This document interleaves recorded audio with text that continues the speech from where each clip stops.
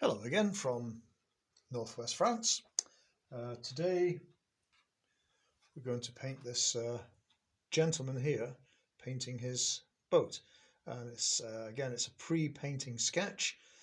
We just want to get the general shape of the guy in, a sense of his movement, the position of the boat, and from that we can then create a painting. So I'm just going to go straight in with my paintbrush, my sienna acrylic paint, quite watery, and let's see if we can create this guy and his boat. So we'll just get the position of the boat sorted because that's quite dominant in the picture. So the prow or the bow kind of sits just over halfway across the painting surface. So I'll just kind of put that in like that, and it sort of comes down sort of round about to there. So just curve that around like so. We've got our front of the boat positioned, quick as that. And then we have the this bit of the boat coming across there, the side. I'm sure there's a technical term for that. This little wooden bit here, so it just kind of gives us a sense of the boat. Just get that into there, like so. Okay, and that comes down there, and we can alter that later in the painting if it's not quite right. But we've got our boat, and now we need to get this fine-looking gentleman in there with his pot of paint. So let's try and get his shoulders. He's quite a big guy. We'll sort his shoulders out, so he's a little bit higher than the boat itself. Comes around there like that. That's strong, sturdy shoulders. I guess a lifetime of fishing and maybe just painting. Who knows? So we've got him there, and his head. It's kind of a bit of an angle. Comes down into this part of his body. So we just get that at an angle, like that, and just look how high it comes above the shoulder area. So if we just pop that in there like so, and then his eyes are almost coming around in a semicircle or a curve like that, and just a suggestion of a mouth like so. And then if we just kind of pull that body down to around about, use the front, the bow of the boat as a sort of a rough guide. This body comes down. It's not a big body, so it comes down about there. And then, oops, wasn't supposed to do that. And then we've got an arm that comes across, so just get the idea of an arm in. It comes halfway across his body, and look at the distance between his chin and his top. It's sort of that kind of distance. So just sort of bear that in mind. And again, just get a shape of a hand in. You don't need to get the fingers in and all that sort of thing, just a hand shape in there like that. So now we've sort of got an arm. Don't worry about the paintbrush just yet, we'll sort that out later. The width of his body, let's just confirm that. Just run the paintbrush just kind of up like that. It gives you a bit of a way of judging the size and the distance. His shirt comes down to about there, and then we'll just move on to his legs, which are kind of like that. This one comes forward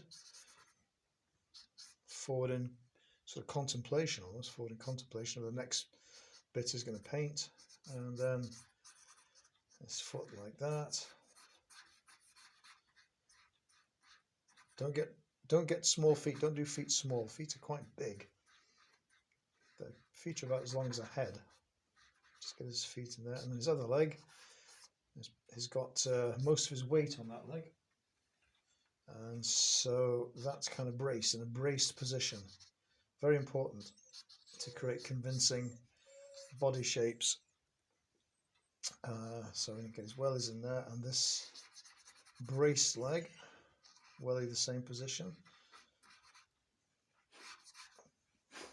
It comes down like that. And the foot is foreshortened because it's sort of pointing. In fact, no, the foot's in the mud. So it would be like that, but we'll put it into the mud. Okay. So we don't have to put a foot in there. So that's the mud coming around there. That's a relief. And then feet are tricky. It's just getting the size of the feet. Never make them too small. Never make dainty little feet, because our feet are about the same length as our heads. We don't appreciate that. So we just, let's go sort of a bit of a comb over that. Like that. Comb over. And he's got a paint. We'll put this paint pot in now, which is kind of here, just above his hand. See, hand, paint pot, hand, paint pot. Again, just put in a cylinder shape, or even an oblong shape at this point, because the oblong, the curve on the top of the oblong paint can, we can sort out later in the painting. And then he's got a brush, which at this point is make a stick. Just overlaps the paint tin a little bit. So we actually have a figure there. So we've got the guy, so just have to sort his shoulders out a little bit. Make them a little less huge, a bit more rounded. Rolled up sleeve, arm, bare arm, shirt down to there. Let's get a little bit of light and shade into that. I'll get my bigger brush and the same sienna paint. Just create a few dark areas. So I've got this very dark right hand leg, very dark. Get that in like so. Again, helps us when we come to paint it. Again, straight down like that. So we've got a leg in shadow, a little bit of shadow on the left hand side there. Just get that into there. Now we've got some shadows from the boat itself. There, some complicated shadows. It's like a crease in the trousers there. And then this dark shadow down that continues in the trousers down the front of the shirt. So that comes like that.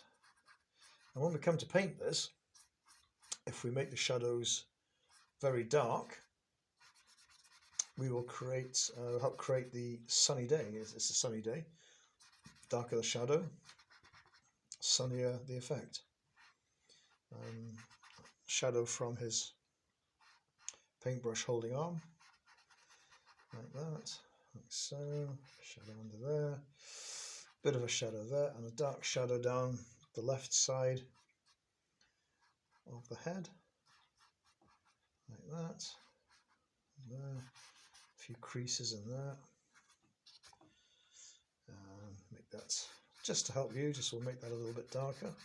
Help you when you come to paint something like this or this.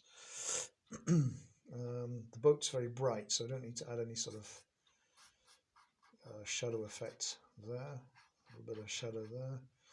Let's create a bit of a shadow from the nose. He's got a dark shadow being cast from the light coming from this way, coming from the nose there, and this eye socket is quite dark. Like hair, brushes across there. We'll put those strands in later. I'm sure they'll appreciate that. And there we go. Make sure this leg he's got quite sort of Shire horsey type legs. So we'll maybe just make sure his legs his legs look like they can support him. Very important. We don't want a big guy with skinny, spindly legs because they'd snap. It's got to look sort of convincing, no matter how sketchy you want to do this. There we go. Get that in there. Shadow down there. And I think I'll tell you what. We'll put that little boy. There's a boy there, fishing boy. We'll be throwing that out later to mark his nets and stuff, I would imagine. I can go into there. We can do that lettering later. I'm not going to do it now. That'll come after the paint's gone, probably. The blue paint. That down there, just make sure that's the right shape. That's there. And, do you know, I think, let's get that into shadow. I think we're just about there with that. How simple was that? No complicated drawing or measuring, just pretty straightforward,